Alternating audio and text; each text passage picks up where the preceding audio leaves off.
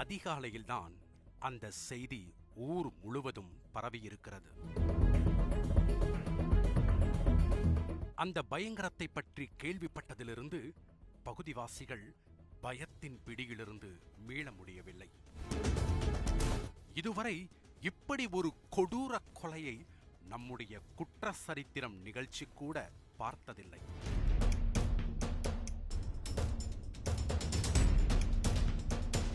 போலீசார் அந்த குற்றவாளியை கையில் விலங்கிட்டு பலத்த பாதுகாப்போடு அழைத்து வந்தனர். ஆளை பார்த்தால் இந்த நோஞ்சானா கொலை செய்திருப்பார் என்று நினைக்க தோன்றும்.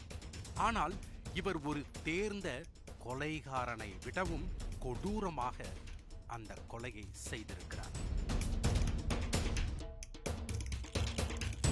இந்த ஆசாமி மனைவியை கொன்று தலையை தனியே வெட்டி எடுத்துவிட்டு விடிய விடிய சடலத்தின் தோலை உரித்தே எடுத்திருக்கிறார்.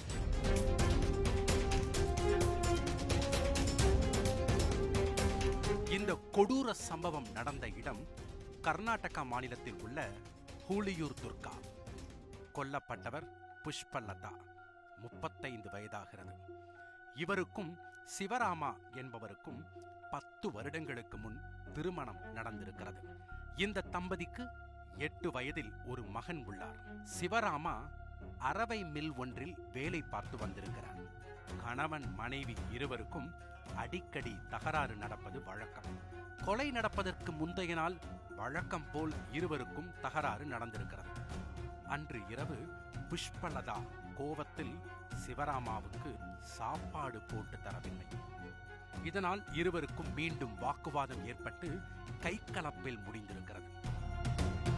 ஆத்திரத்தின் உச்சிக்கே சென்ற சிவராமா மனைவி என்றும் பாராமல் கத்தியால் குத்தி கொலை செய்திருக்கிறார்.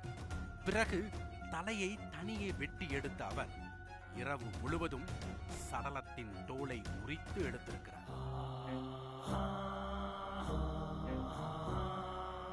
இதில் கொடுமை என்னவென்றால், புஷ்பலதாவை கொன்று தோலை உரிக்கும் போது அவரது 8 வயது மகன் அந்த வீட்டில்தான் தூங்கிக் கொண்டிருந்திருக்கிறார். விடிய விடிய சடலத்தின் தோலை உரித்தெடுத்த சிவராமா அடுத்த நாள் காலை ஹவுஸ் ஓனருக்கு போன் செய்து மனைவியை கொன்றுவிட்டதாக கூறியிருக்கிறார். அதன் பிறகுதான் இப்படி ஒரு கொடூர கொலை நடந்திருப்பது அந்த பகுதியில் காட்டுத்தீயாய் பரவியிருக்கிறது. போலீசார் சிவராமாவை கைது செய்து சம்பவ இடத்திற்கு அழைத்துச் சென்று எப்படி கொலை செய்தார் என்று நடித்து காட்டச் சொல்லியிருக்கிறார்கள்.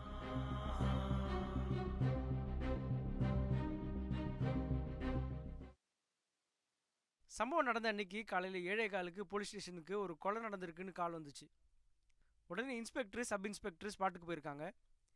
கிச்சனில் 35 வயசு மதிக்கத்தக்க பெண்ணு சடலமாக கிடச்சிருக்காங்க. கொலை பண்ணவரும் அங்கேயே தான் இருந்திருக்காரு. உடனே அவரை செக்யூர் பண்ணிட்டோம். கீழே குடியிருந்த வீட்டுக்காரங்களும் அன்றைக்கி நைட்டு எந்த சத்தமும் வரலன்னு சொல்கிறாங்க. கொலை பெட்ரூமில் நடந்திருக்கு. பாடியை கிச்சனுக்கு எடுத்துகிட்டு வந்திருக்காரு. அங்கே வச்சு தான் தோலை விரிச்சிருக்காரு. ஸ்பாட்டில் இருந்த ஒரு கிச்சன் நைஃபை செக்யூர் பண்ணியிருக்கோம். அதை லேபுக்கு அனுப்பி வச்சுருக்கோம். இந்த கொலையை செஞ்ச சிவராமா மேலே இது வரைக்கும் எந்த ஸ்டேஷன்லையும் கேஸ் எதுவும் ஃபைல் ஆகலை. தொடர்ந்து விசாரணை பண்ணிட்டு இருக்கோம். இந்த சம்பவம் தொடர்பாக வழக்கு பதிவு செய்த போலீசார் சிவராமாவை கைது செய்து சிறையில் அடைத்திருக்கிறார்கள். சாதாரண குடும்ப பிரச்சனை இப்படி ஒரு கொடூர கொலையில் முடிந்திருப்பது அந்த பகுதிவாசிகளை அச்சத்தில் உறைய வைத்திருக்கிறது.